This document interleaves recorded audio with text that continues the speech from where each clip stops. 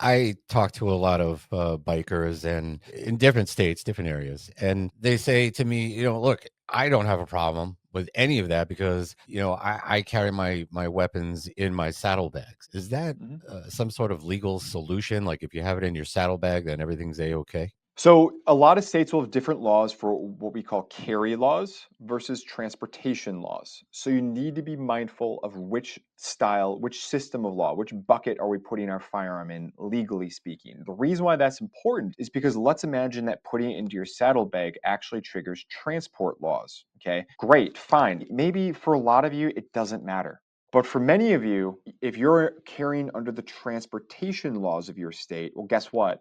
Your firearm may need to be unloaded. And if it's not, you're looking at tickets or crimes. Okay. So you need to be mindful of what do I have to do to make something carried versus transported? And what do I need to do to be on the right side of the law? Welcome to Riding Counsel with Rich Jaffe, where the open road meets expert advice. I'm Richard Jaffe, an attorney and biking enthusiast, and this is where we dive into the world of motorcycling. Safety, culture, charitable giving, and riding right. So, whether you're a seasoned rider or just getting started, let's talk bikes, the road, and everything in between. Let's ride! Hello, all my viewers and listeners of the ridingcounsel.com podcast. I'm Rich Jaffe. I'm going to be your host today, and I am a podcaster. I am a motorcycle enthusiast, and I am a personal injury lawyer representing, unfortunately, lots of people injured in motorcycle accidents. And today, I have a really great episode for you with a good friend of mine. His name is Tom Grieve, and he's a lawyer just like me, but he specializes in talking about some sort of some things about having guns, pistols, concealed carry permits, and weapons when you're riding a motorcycle. And I thought this would be some really good and useful information for all my listeners. And instead of trying to list all of the accomplishments that Tom has really taken part in, I figured I just let him do that. So, Tom, welcome to the show. Thanks so much for coming, and thanks for your time. And can you tell us about yourself? Who are you? Give us the 411. Yeah, the really quick overview. So I'm a Wisconsinite. I'm a Wisconsin boy. I've used to be an ex-state criminal prosecutor once upon a time. Before that, I was in the courts of appeals. Have my own law firm. I've got about, on the whole, close to 70 employees. We've got about 35-ish or so attorneys. We're all here in Wisconsin. We're kind of like the Pentagon, except we only have three sides. Maybe we're the Trigon or something like that. We've got criminal, we've got a different branch that does family, and then we've got estate planning as well. And among all of that, I've been writing and speaking on Second Amendment topics, both here on YouTube and going on other different people's channels, as well as on my own channel where I've got over 300,000 subscribers. And right, Second Amendment, self-defense, all that kind of stuff from a nonpartisan angle. Well, you mentioned you had a podcast, and let's try to get that in here for now, and then we'll reiterate it. But where can we find your podcast? Yeah, if you just YouTube, if you just look up, just punch in my name, Tom Grieve, you'll find it. Pro tip: I'm not the retired MLB baseball player. I'm the other guy. So it's seemingly there's only two of us.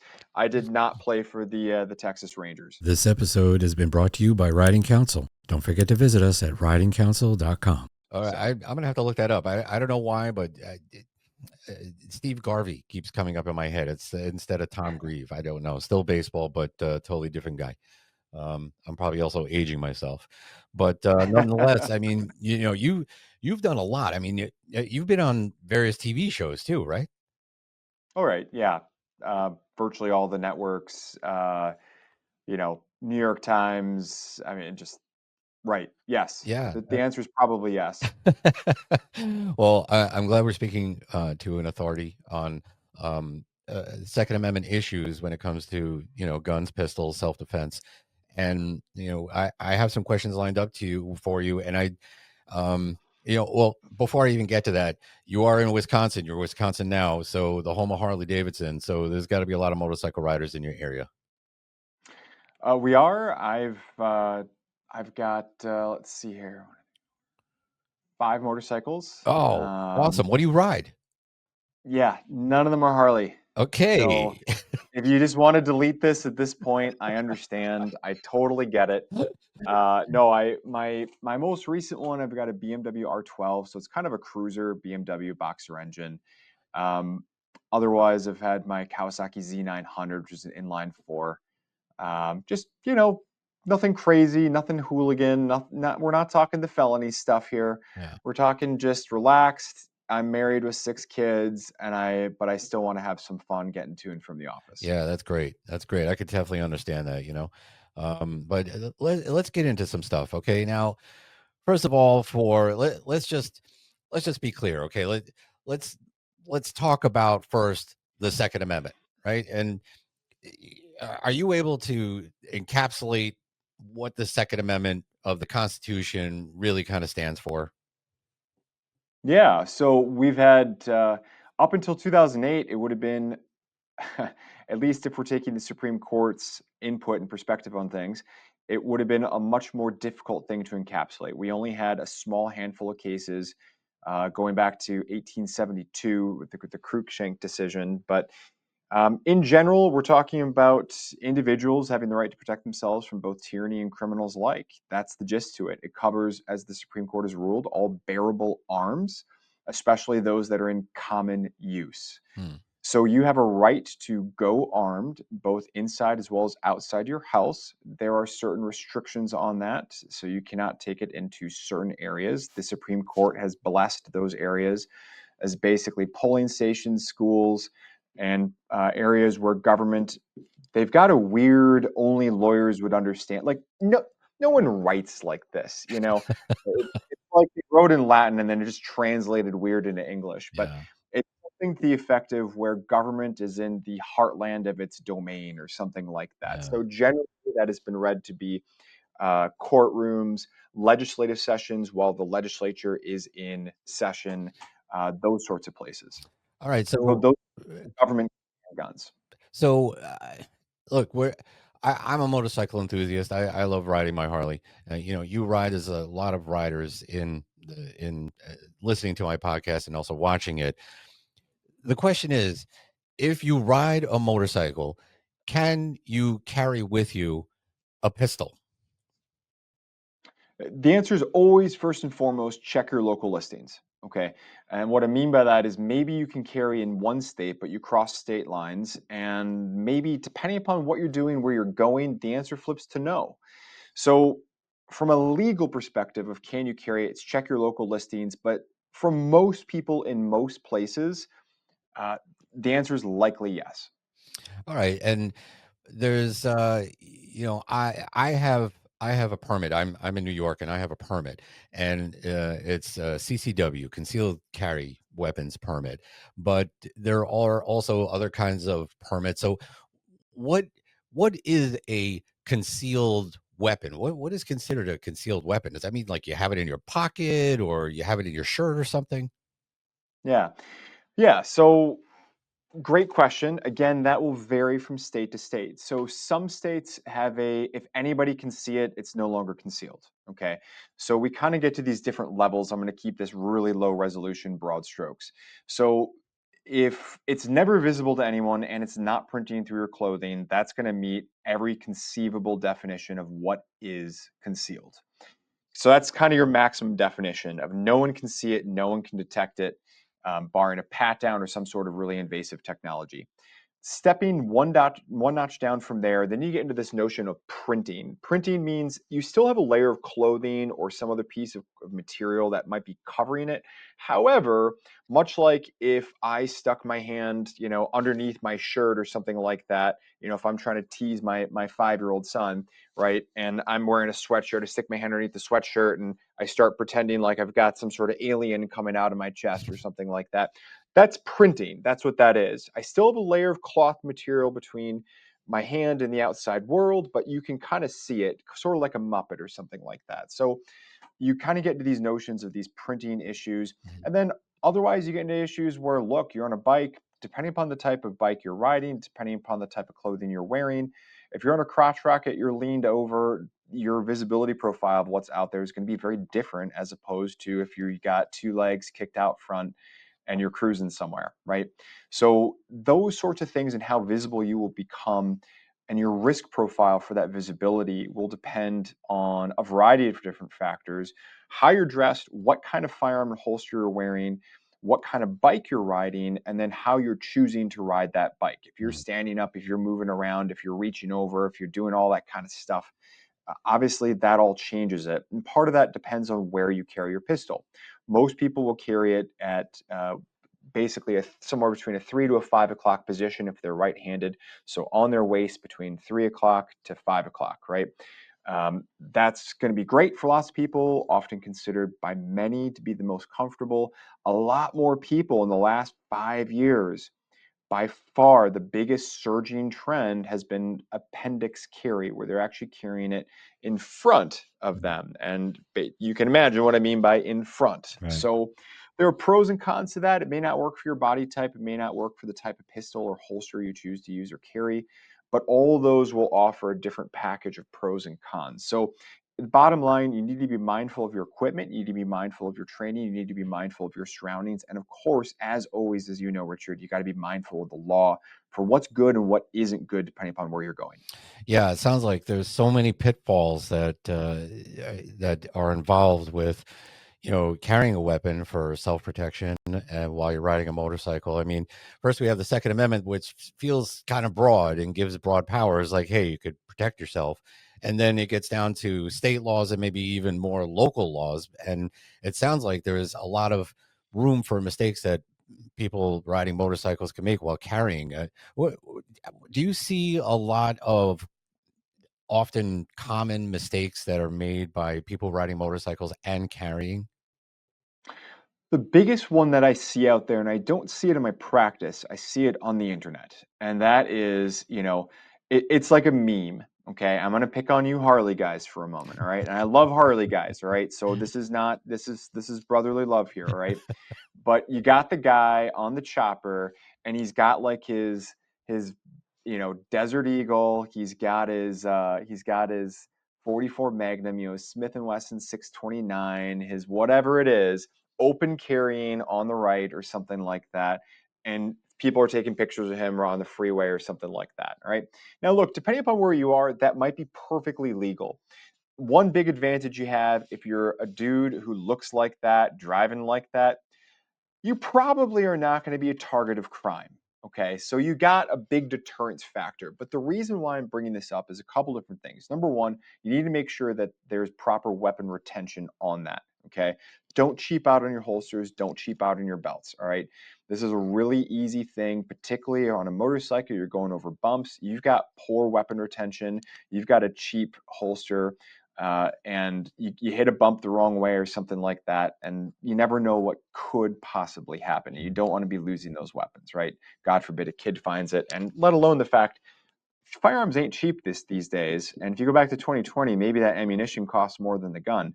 So you've got both practical concerns, financial concerns. You also have legal concerns about that because, of course, if you lose a firearm, that could expose you to some sort of criminal or civil liability, depending upon the state that you're in. And just no one wants to be trekking across the interstate, dodging cars, playing Frogger with minivans to retrieve that lost or that dropped firearm. So there's that kind of sphere of things. But a lot of people don't know this. One of the most targeted things by criminals for armed robberies, and home invasion burglaries are firearms. Criminals love firearms. They want things that they can fence for cash, they can put into their body, like pills, prescriptions, stuff like that. And they want things that they can use as tools of the job to get things like that done, i.e., firearms. Firearms are super easy to fence for cash. Everybody wants them. So you are advertising to the outside world if you do choose to open carry, which I'm not against open carry, just to be clear. I'm just going through kind of some of the risk profiles associated that, hey, I own guns, follow me to where there are guns. Okay. So I think you just have to kind of pick your shot depending upon what you want to do and where you want to do it. But those are some things that I think are important to keep in mind. Yeah, definitely. I talk to a lot of bikers and in different states, different areas, and they say to me, look, I don't have a problem with any of that because I carry my weapons in my saddlebags. Is that Mhm. some sort of legal solution? Like if you have it in your saddlebag, then everything's a okay.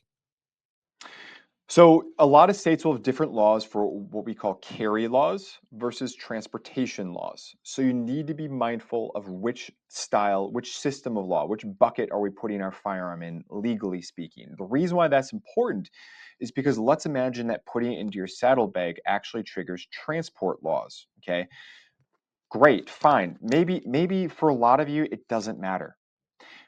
But for many of you, if you're carrying under the transportation laws of your state, well, guess what?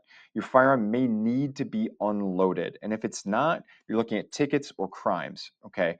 So you need to be mindful of what do I have to do to make something carried versus transported? And what do I need to do to be on the right side of the law? Now, we're obviously looking at the legal implications. We're not looking at the kinetic implications of, God forbid, if I have to use my firearm, which it's probably why you're carrying it, right? You're either carrying it to a range to go hunting to do something like that, or you're carrying it for personal protection, whether it's at your destination, en route, or both.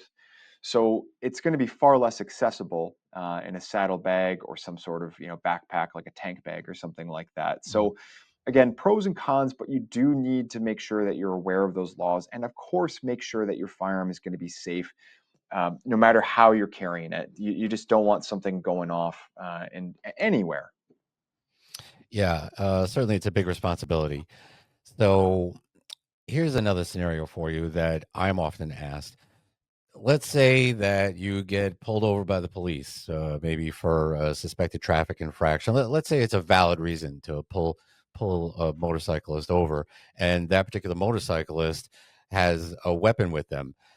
What should they do with respect to disclosing this to the police officer who is now approaching them, or not disclosing it?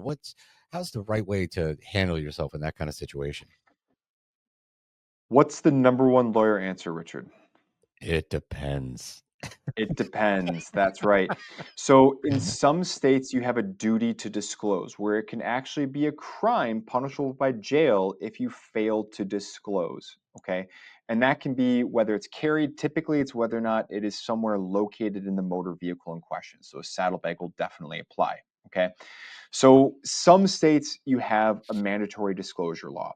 Most states you do not have a mandatory disclosure law. So then you get to a personal preference as far as what you want to do.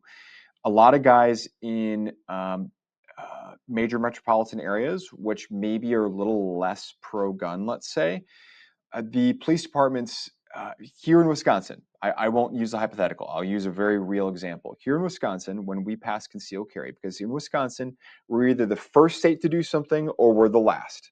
We're the 49th state in the country to get concealed carry. And we went through all the normal histrionics that always happen when a state gets concealed carry. And part of the histrionics was led by the Milwaukee police chief, who said that his troops, his words, not mine, his troops will take anyone out of their vehicle who they suspect of having a firearm and who, even if they're lawfully concealed carrying, and will put them spread eagle on the ground and search the car for officer safety.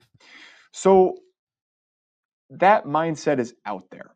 Okay. Now, obviously, that's, I think, a very politically charged histrionic opinion. But it is what it is. And I completely understand and respect why a lot of folks want nothing to do with notifying law enforcement about the fact that they are lawfully, peaceably carrying and exercising their God given Second Amendment rights. Completely get that, zero pushback. But just understand that if you choose not to, and if law enforcement sees it, that's could get a little awkward. Okay. So anytime you're carrying, and really generally good rules and good advice anytime you're interacting with law enforcement, no furtive movements, as they would say, no just reaching into everything, no acting suspicious, none of that kind of stuff, right? Keep your hands out where you can see them, explain what you're reaching for, move slow. Keep everyone calm and relaxed, not because necessarily you have to do that legally, but because bluntly, your day will go better for it too.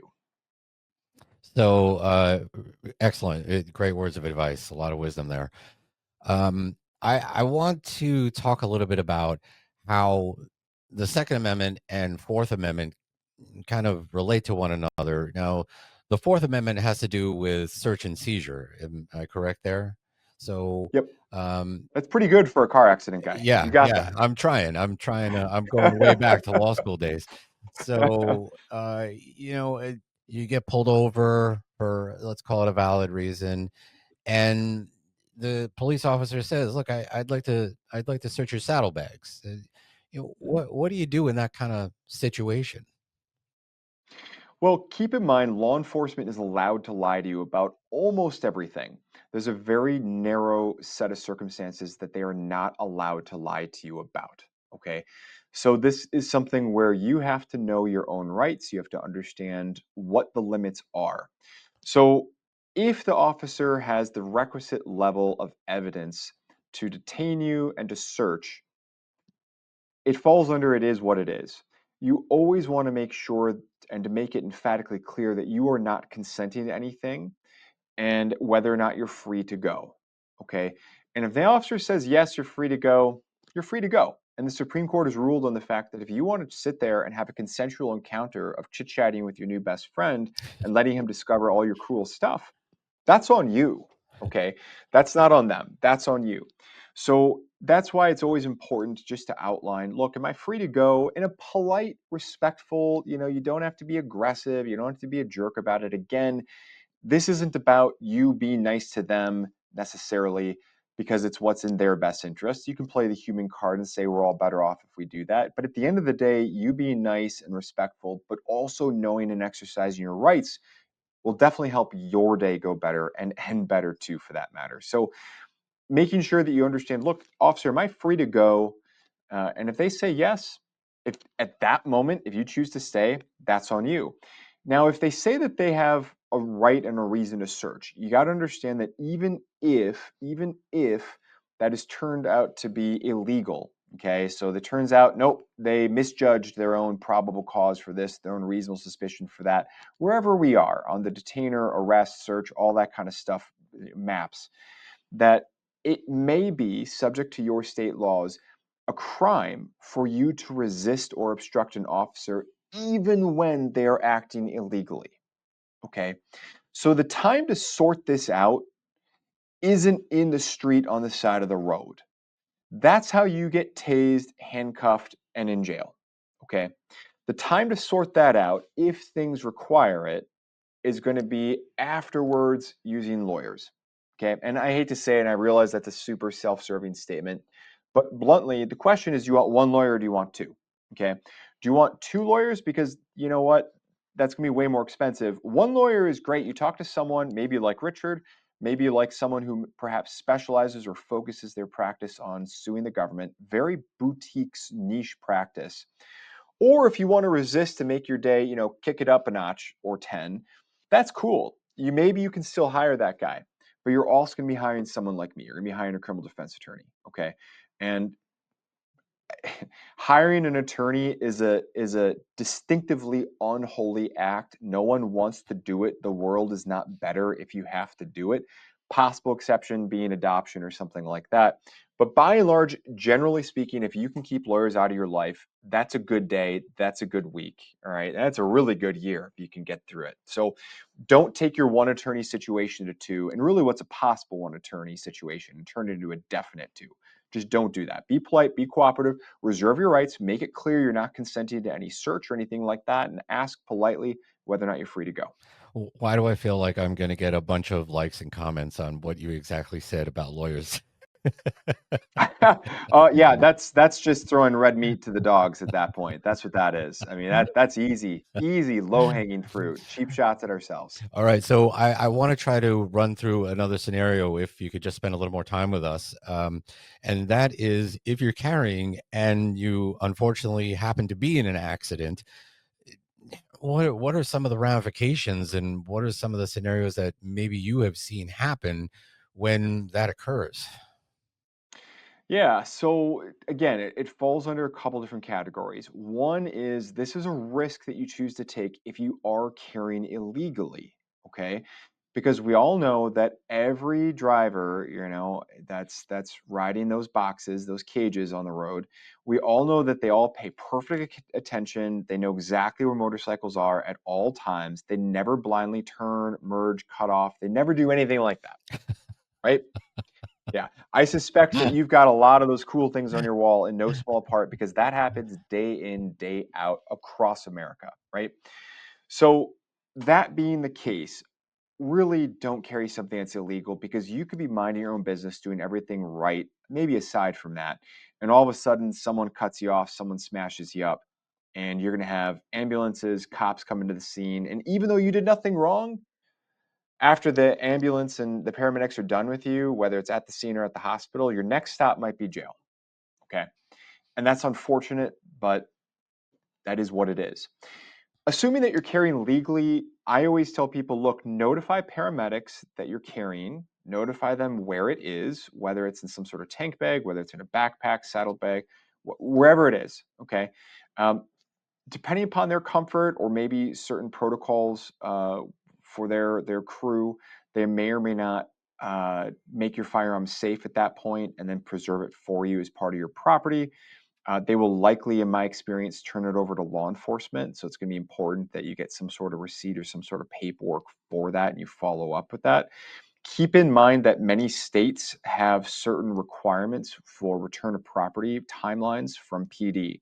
So, in other words, if law enforcement takes something, even if it's just like a friendly take, like this, right? Legal firearm, we can't have that go into the hospital. The paramedics oftentimes aren't like they're going to want nothing to do with it, right? That's fine. But you're going to want to make sure that either you or someone in your family, someone you can trust, may need to file certain paperwork ASAP. I've usually seen it on a 30-day timeline. Otherwise, from date of the incident, otherwise, potentially you could be looking at property forfeiture or waiving your rights to get it back as abandoned. Again, check your local listings to figure out what the rules and laws are for your particular place and time. But those are issues to kind of keep in the back of your mind and to make others aware. It may not be the worst idea in the world to create what I call the crash email. Okay. The crash email is the email that you write and you come up with all the different things of people you need to contact. You need to contact Richard. I need to contact my insurance company to file a claim. I want you to call my mom, my sister, my whoever, right? If I'm carrying, I need you to check with local PD, wherever it is, to make sure there's timelines. Have that crash email, have that ready to go in your email box, but also send it to all those people, your emergency contacts, so that they understand, oh, crap. Johnny said, if I'm ever in a car accident or whatever, check this out. We need to make sure your mortgage stays hooked up. We need to make sure all these things, your dog gets fed, whatever else, right? Um, it being in a car accident, being in a motorcycle accident, especially, I don't tell you, Richard, it really sucks. But what's way worse is everything, your life going on fire because you weren't prepared for it. 100% correct. 100% correct. Wow, you've really given us a lot of knowledge, a lot of insight, and we spoke about a lot of issues that I think are contemplated by motorcycle riders most, if not all the time, when they're riding and they want to carry. So I really appreciate your time here, but I also want to make sure that if somebody needs you, uh, they can get you. So Tom, please, how do we find you? I want to put this information out on my YouTube channel and also for the listeners. So I'll try to speak and articulate whatever you're saying, and you'll tell us as well. Yeah, I mean, if you want to see more Second Amendment content, nonpartisan, just straight talk about what's going on, you can check out my YouTube channel. Just YouTube my name. I think it's ATTY, short for attorney. ATTY Tom Grieve. Also have those on all the socials, Twitter, Instagram, all that other kind of stuff to follow and do all that. I put up multiple videos per week, every single week. And then here in Wisconsin, GrieveLaw.com is just the easiest place to find me. I've got different wings of my firm, family, civil, and so forth. We all have different websites, but once you kind of get into that ecosphere, you can either contact and ask and say, here's what the problem is, or you can kind of jump around between those siloed websites. And if it's okay with you, I'm going to put that information in the comments and details section below and my YouTube channel. And so for everybody, your last name is spelled Grieve. in case anybody wants to take a look and find you. And hopefully nobody ever needs you, but if they do, certainly you want somebody like yourself who knows what the heck they're doing. So Grieve, Grieve, just like the word, guys. right. So People get it wrong. Right. But I think that's all the time we're going to have for today's episode. And I really appreciate everybody out there listening. And I hope this has been really useful for everybody out there. So until the next episode, I want everybody to ride safe and stay free and stay wild, but, in a legal way. In a legal way. So thanks, everybody. And that's a wrap for this episode of Riding Counsel with Richard Jaffe. Thanks for tuning in. If you enjoyed the ride, be sure to subscribe, leave a review, and share with your fellow riders. Until next time, keep the rubber side down and ride safe.